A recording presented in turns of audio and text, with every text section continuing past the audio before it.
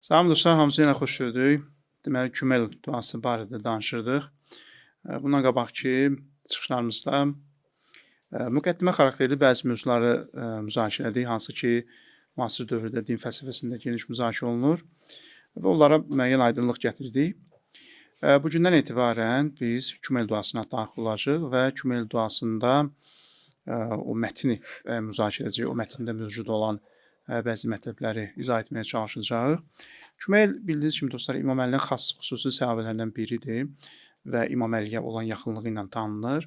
Hətta İmam Əlinin belə deyək, sirrini daşıyan şəxslərdən biridir. Çünki imamın ətrafında çox insan var idi. Amma hamı o insanın belə deyək, sirrini daşıyacaq potensiala sahib deyildi. O yalnız xüsusi insanlardır ki, imam onlara öz sirrini deyə bilir, onlara xüsusi nəsihətlər verə bilir, onlara xüsusi elmlərini etimad eləyə bilir, ötürə bilir. Kümel də həmin şəxslərdən biridir, imamın yanında olan və imamın etibar elədiyi xüsusi şəxslərdən biridir. Və İmam Əliyə olan bu bağlılığı səbəb oldu ki, Kümel sondan olsun Həccac ibn Yusif tərəfindən şəhadətə yetirilsin. Bu əslində necə deyirlər, ən gözəl aqibətlərdən biridir ki, bir insan bir şəxsə, imamına olan bağlılığını həm dildə, həm də əməldə bu şəkildə sübut eləyir ki, mən yeri gələndə bu yoldan neyniyərəm, canımdan da keçərəm, amma öz yolumdan, öz düşüncəmdən, imanımdan dönmərəm. Kümel bu şəxslərdən biridir. Çünki Quran da deyir, bəzi insanlar deyirlər, iddia edirlər, amma ona əməl etmirlər. Kümel isə dediyinə əməl edən nadir şəxslərdən biridir. Və bu gün biz əgər o hadisənin üstündən 1000 il keçib Kümelini müzakirə ediriksə, digərlərini yox, bu Kümelin o böyük şəxsiyyətinin, əzəmətinin nəticəsidir. Bugün yenə qonağımız Hacı İmrandır. Hacı, xoş gördük. Xoş gördük sizi və əziz dostlara salamlayıram həmçinin. Hacı, Kümel duası möcüzəvi dualardan biridir. Ən azı mənim nəzərim budur və mən inanıram ki, biz izləyən dostlar da bundan razıdırlar. İndi bu duanı tərcüməsini oxumaq bir şeydir. Bunu orijinal mətndən, ərəbcəsindən, o ərəbcəsindəki mətnin o gözəlliyini duyaraq, hiss edərək oxumaq daha məncə maraqlıdır, daha çox həzz verir insana. Kümel duası haqqında indi müasir tədqiqatçılardan bəziləri sənədi barədə müəyyən iradlar gətiriblər ki, sənədi zəifdir və s. Amma duanın mətninə baxanda həmişə mənim şəxsi inancım bu olub da, etiqadım bu olub ki, hətta sənədində nəsə problem olsa belə, baxmayaraq ki, əksər görüş, yayğın olan görüş budur ki, Kümel duasının sənədi səhihdir. Lakin fərz edək ki, bunun sənədində nəsə problem var. Amma mətnə gələndə, o mətndə o qədər möhtəşəmlik var, o qədər ehtişam var, ecazkarlıq var ki, insanı cəlb edir və insan fikirləşir ki, ilahi, bu əzəmətli sözlər, o səbəb nəticə əlaqəsi kontekstində bunu izah eləsək, bu əzəmətli sözlər sıravi bir insanın dilindən çıxa bilməz. Bu əzəmətli sözlər özü kimi əzəmətli bir ruhun, bir zehniyyətin, mərifətin nəticəsidir. Siz nə düşünürsünüz bu barədə? Bəli, dəqiq buyurdunuz. İndi mən sənəd məsələlərindən demirəm ki, özünüz buyurdunuz ki, məsələn, məşhur budur ki, bəli, Kümel duası heç, onun sənədinə heç baxmaq lazım deyil. O alimlərdən biridir ki, indi adını çəkməyəcəm, o böyük alimlərdən də demişdi ki, mən bəzən heç hədisin sənədinə baxmıram, məzmununa baxıram. Mənim üçün höccət odur, məzmunu. Biz də bu Kümel duasına baxanda, bizim elə o mərifətimiz ən aşağı mərifətdir, əgər varsa bidamcı, biz baxırıq, buna valih oluruq. Siz buyurduğunuz kimi onun ərəbcə mətni ki var, orada fəsahət və ki, bəlağəti ki, insan görəndə, görürsən ki, bu adi bir bəşər bir sözü deyil. Adi bir insan bir sözü deyil. Əgər məsələn o Həzrət Əleyhisselamın nə qədər başqa bir fəzilətlərindən, kitab əhlindən, Cor-Cordaq Məsihi və s. məsələn ki danışıblar, onlar məsələn bizim kimi onu imam kimi, məsum kimi baxmırlar, amma ali insan kimi tanıyırlar onu. Niyə? Çünki mətnlərini görürlər, nəçol bəlağəsini görürlər, Kümel duasını görürlər ki, bu nə sözlərdir deyir. O Cor-Cordaq Məsihi deyir, sözü gətirər. O bir dəfə buna dedilər ki, sən yaman Həzrət Əlidən yazırsan. Ki, bunun da indi bildiyi də filan duaları, filan sözləri. İndi nə olub, sən bir İsa Məsihidən də müəyyən şeylər yaz da. Deyir, mən Əliyə aşiq deyiləm. Mən ədalətə aşiqəm, fəzilətə aşiqəm. Sadəcə əlinə eyni ədalət, eyni fəzilət görürəm.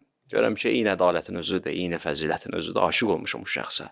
İndi onlar məsələn nə şiədirlər, nə müsəlman deyirlər heç məsələ. Amma görürsən ki, kişinin o dahi şəxsiyyətin, o məsumun, imamın, o pak ağanın o sözlərini, yaşayışını, tarixini oxuyur, ona valeh olmamaq mümkün deyil. Bəzən görürsən kitab əhlindən o kişiyə valeh olanlar olur, amma görürsən bəzi öz müsəlmanlarımızdan baxırsan, görürsən ki, ağız burun edirlər adı gələndə. Hə.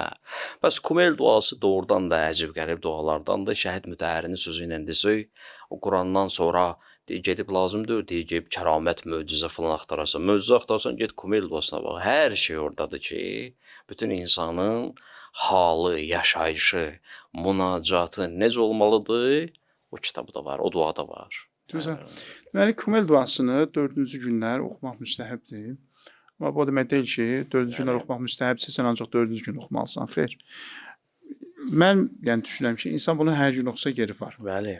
Gündə 2 dəfə oxusa da yeri var, gündə 3 dəfə oxusa da yeri var. Hətta hər namazdan sonra oxusa belə yeri var. Necə ki, Quranı nə qədər çox oxusaq müstəhəbdir. Çünki Quran bizə ali həqiqətləri çatdırır. Və insan hər dəfə oxuduqca ondan yeni nəsə öyrənir, yeni bir sir kəşf edir. Kumel duası da mənim üçün o yeganə dualardan biridir ki, insan gündə bir neçə dəfə oxusa da, o mütləq hər dəfəsində bir şey tapacaq. Ya teorik cəhətdən bir şey tapacaq, ya mənəvi cəhətdən bir şey tapacaq. Ya nəsə bir yeni bir informasiya öyrənəcək oradan, ya nəsə mənəvi bir hal tapacaq. Çünki mümkün deyil ki, sən o ab-ı havanı görəsən. O duanı oxuyanda özünü bir anlıq o Həzrət Əlinin yerində sanki təsəvvür edirsən ki, ilahi, o hansı ruhiyyə ilə oxuyurdu bunu. Düzdür, sən onu tam dərk edə bilməsən, amma ucundan qulağından biraz hiss edirsən ki, bu münacat ki var cəhənnəm barədə, cənnət barədə və ya Allahın dostları barədə ki, mətnə gəldikcə bunlar bir izah edəcək. Onları oxuyanda insan istər-istəməz o mənəvi ab-havaya düşür. Yəni, mümkün deyil ki, sən bu duanı oxuyasan, amma bu iki faydadan birini almayasan. Bu qeyri-mümkündür. Ona görə insan bunu nə qədər oxusa o qədər faydası var və bu duanın möcüzəvi yanı da odur mənə görə. Bəli, o cür nədir? Cümə axşamı nə üçün? Məsələn, Həzrət Rəsulullah özü bunu cümə axşamı özə səcdə halında oxuyub. Əslində, bu Həzrət Əlinin bir halı idi. O bir nə saat idi, Şaban ayının 15-ci gecəsi oxuyub da, cümə axşamı günündə. O bir nə saat idi, nə bir hal idi ki, o öz halını, yəni Həzrəti Əli əleyhissalam ki, onu oxuyur orada səcdə halında, o deyir, Allahla münacət halını deyir, o Kumel də onu imla edib yazıb da ora. Bu, mən elə düşünürəm ki, bu Kumel duasını insan elə biləcəm ki, nə qədər o təharətdə olanda, batini təharət, nə qədər məsələn biraz mənəviyyətdə onda bir o qədər dərk edə bilir. Məsələn, onu tez-tez oxuyarsan, mümkündür, məsələn, bir şeir kimi ola bilər sənə, bir bezdirici kimi. Amma elə bir hal olur insanda, bəzən onu oxuyursan, heç 4-cü, 5-ci kəlməsinə gedə bilmirsən. İnsan halı munqəlib olur, hal dəyişir məsələn. Elə bilirəm ki, insan bunları başa düşmək üçün biraz, çünki bu dahi bir şəxsiyyətin sözü də adi münacat deyil. O öz halıdır əslində, Həzrət Əlinin öz halıdır ki, biz onu münacat edirik. Orada elə bir sözlər var ki, məsələn, biz sadəcə onu bəzən deyə bilirik. O bizim yaşayışımız deyil. Səbərtu alə azabik, fəkeyfə əsbiru alə firağa. Tutaq ki, mən cəhənnəmə dözərəm, at mənə cəhənnəm, amma onun ayrılığına dözə bilmərəm. O bizim sözümüz deyil. O bizim halımız deyil. Biz onu deyirik, amma indi dua xatirinə məsələn deyirik.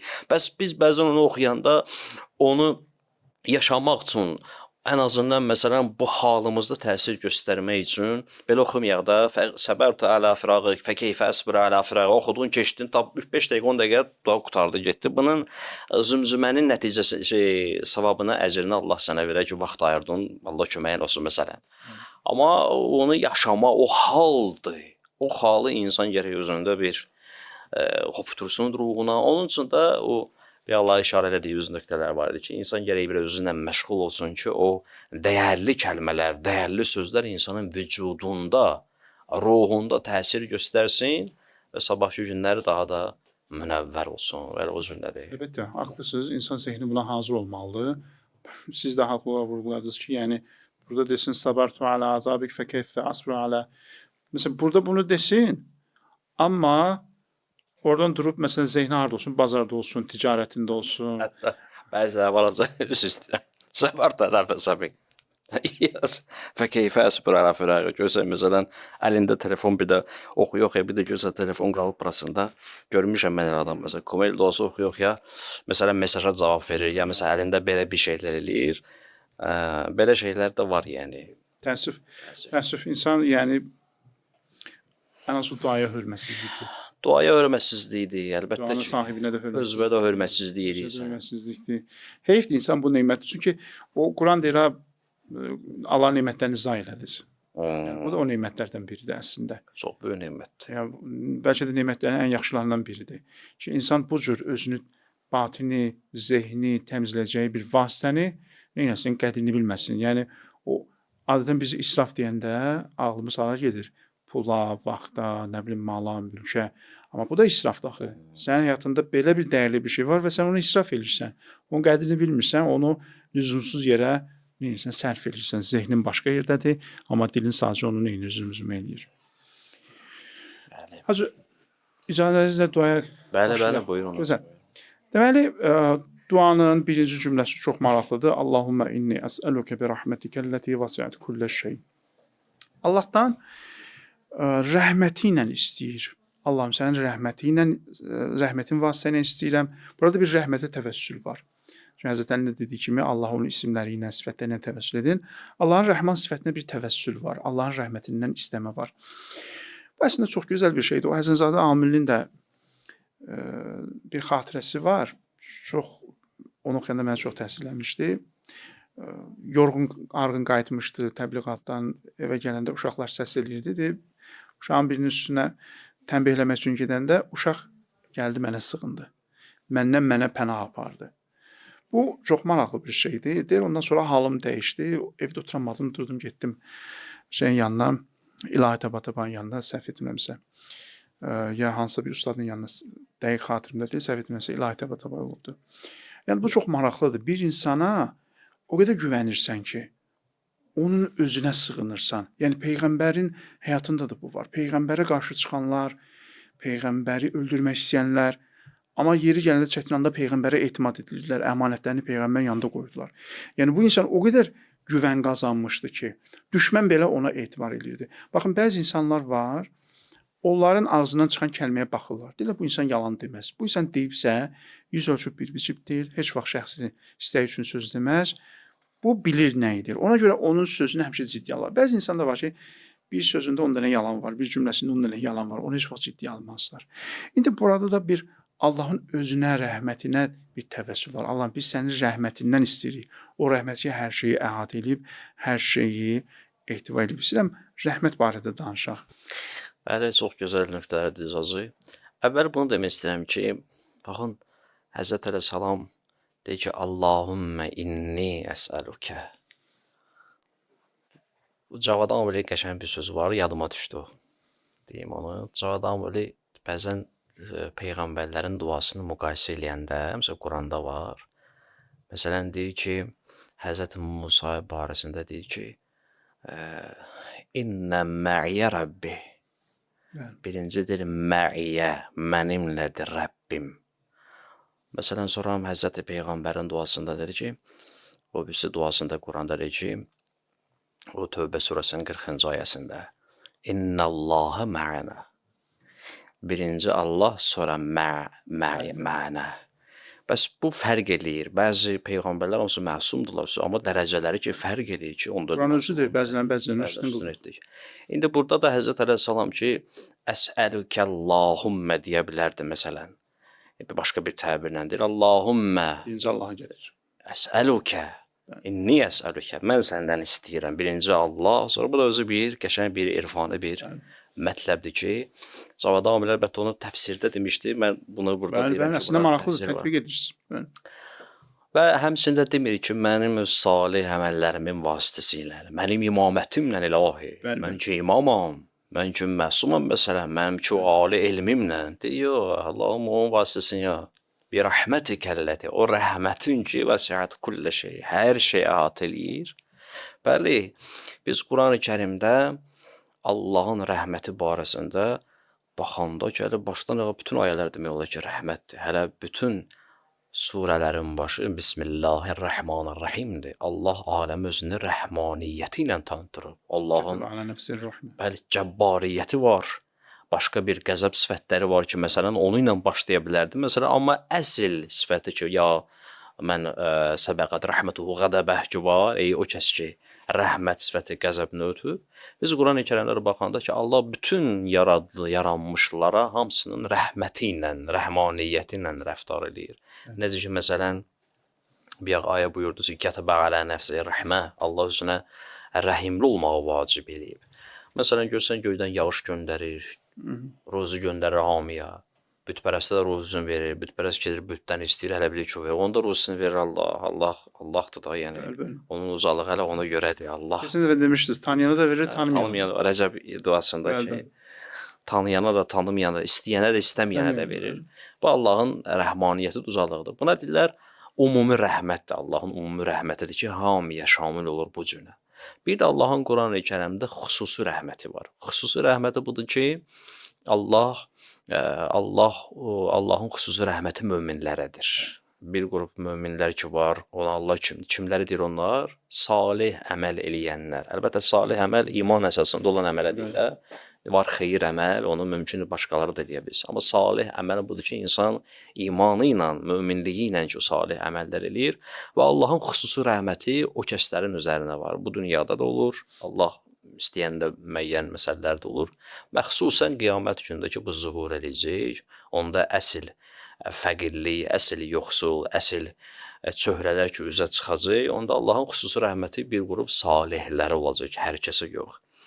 Və həmçinin bizə buyurublar ki, heç vaxtları Allahın rəhmətindən naümid olmayın. Kim olursan ol, hansı günah sahib olursan ol, Allahın rəhmətindən heç vaxt naümid olma. Nə qədər ayəmiz var bizim.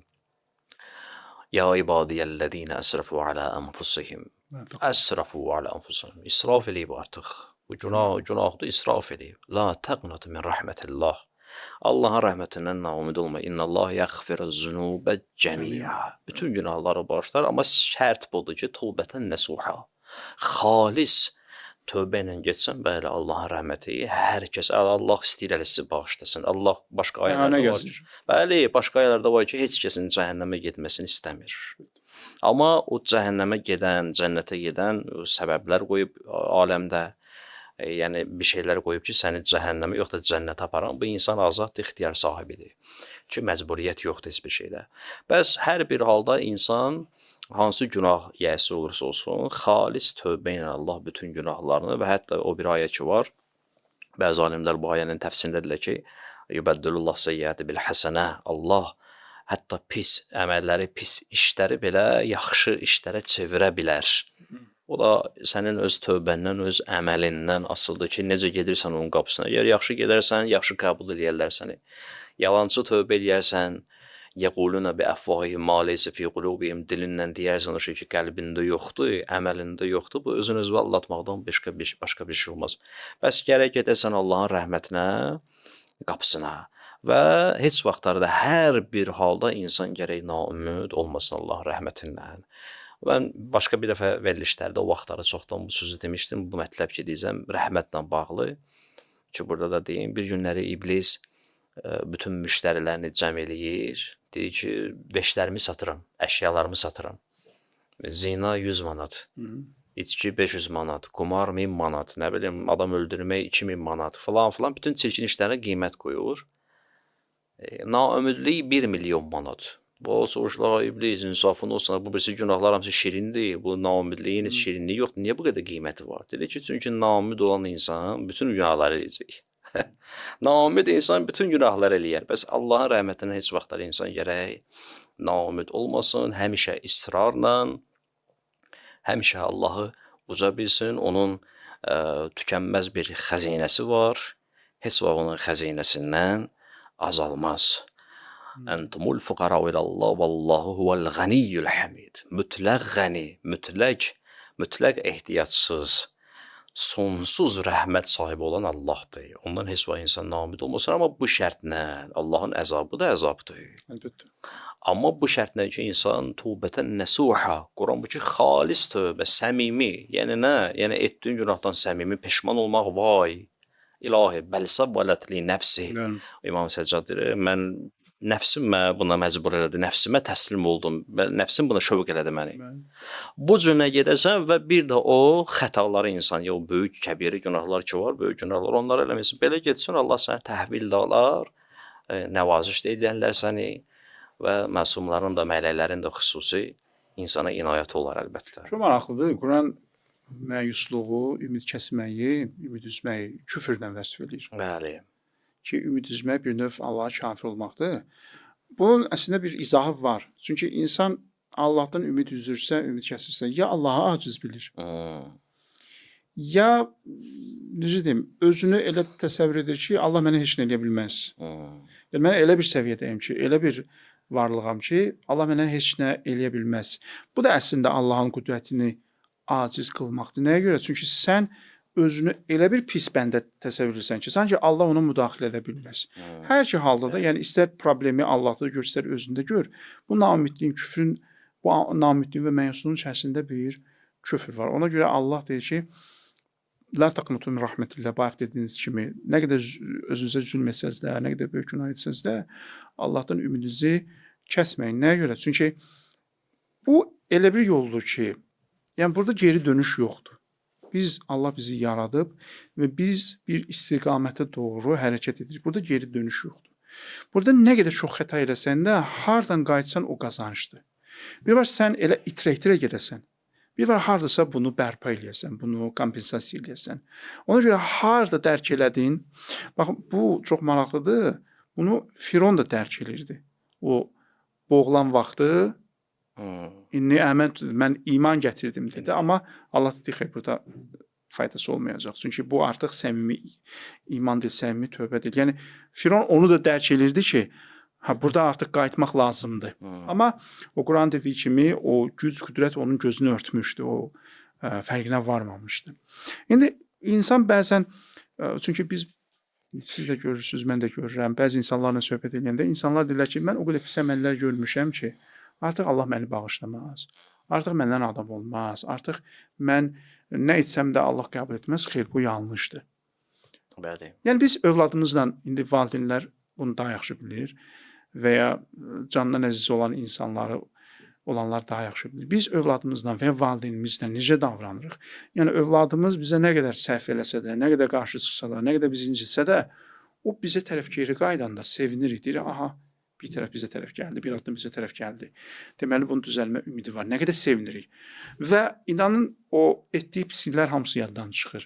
Niyə? Çünki o bizim üçün əzizdir, sevimlidir. Onun geri qayıtması bizim üçün möhtəşəm bir şeydir. Və nəzərə alınır ki, bizim övladımız olan sevgi, Allahın bizə olan sevgisi ilə əsla müqayisə oluna bilməz.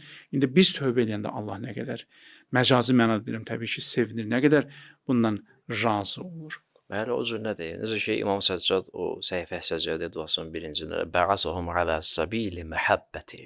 Məhəbbət yolunda Allah insanı yaradıb, məhəbbət yoluna dəvət edir insana. Çünki Allahın bəndələrlə rabitəsi məhəbbət əsasındadır, rəhmət əsasındadır və istəyir ki, bəndələr də ona o cürünə qarşılıq versin. Və bir buyurdunuz ki, məsələn, sanki Allahın aciz bilirlər. Bəli, məsələn, Quran-ı Kərimdə ki, bu ayədir, İnnə rəhmətəllah, məsələn, İnnə rəhmətəllah vəsiət kulli şey, məsələn, rəhmətuhu vəsiət kulli şey. Məsələn, Allahın rəhməti hər şeyi əhatə eləyir, kulli şey. Sən də gəlsən burada naumid olursan, sən bu kulli şeyi məhdudlaşdırırsan. Sən Allahın sifətində burada deyirsən ki, bura qədərdir, bu tərəfəsi yoxdur. Ona görə Allah deyir ki, kafir naumid olarsan, mənim rəhmətimi niyə naumidləşdirirsən? İnkar edir. Bu kafir nədir? İnkar edir. Onun üçün də İmam Sadiqin vaxtında biri var idi, o bir nəfər var idi. Xəlifənin yanında hörmətli olmaq üçün dedilər ki, səni çox istəyir xəlifə. O bilməm hansı dəvəqani ilə hansı idi o. Bəni Üməyyənin zahirən axırıncı yoxsa Abbasi xəlifələrinin ilklərindən idi, yadımdan çıxıb. Zahirən Abbasi xilafətindən idi.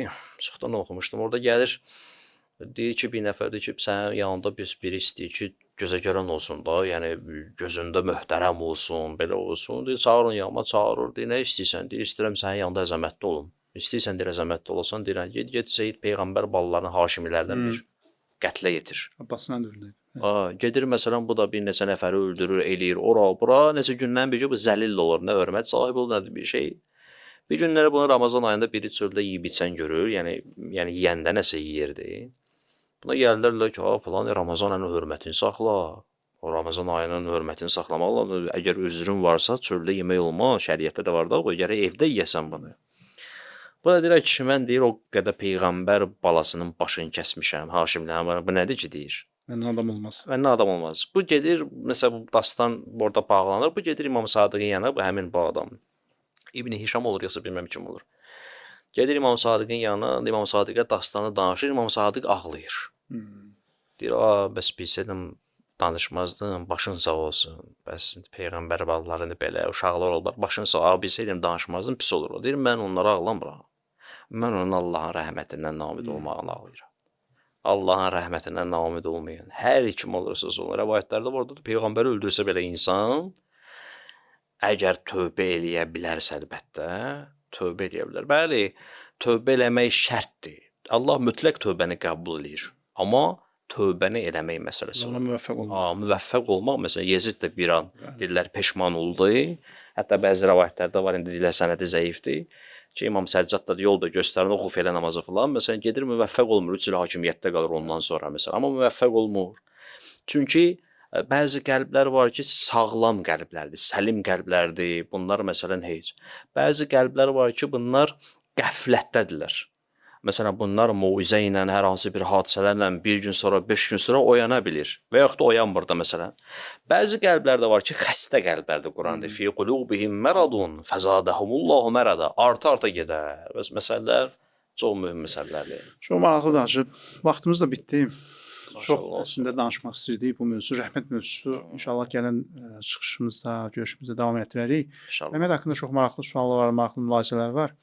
Bugün vaxt bitdi. Təəssüf inşallah növbəti görüşümüzdə bunu geniş müzakirə edək. Təşəkkür edirəm. Çox sağ ol. Əziz dostlar, inşallah gələn görüşlərədək sağ olun.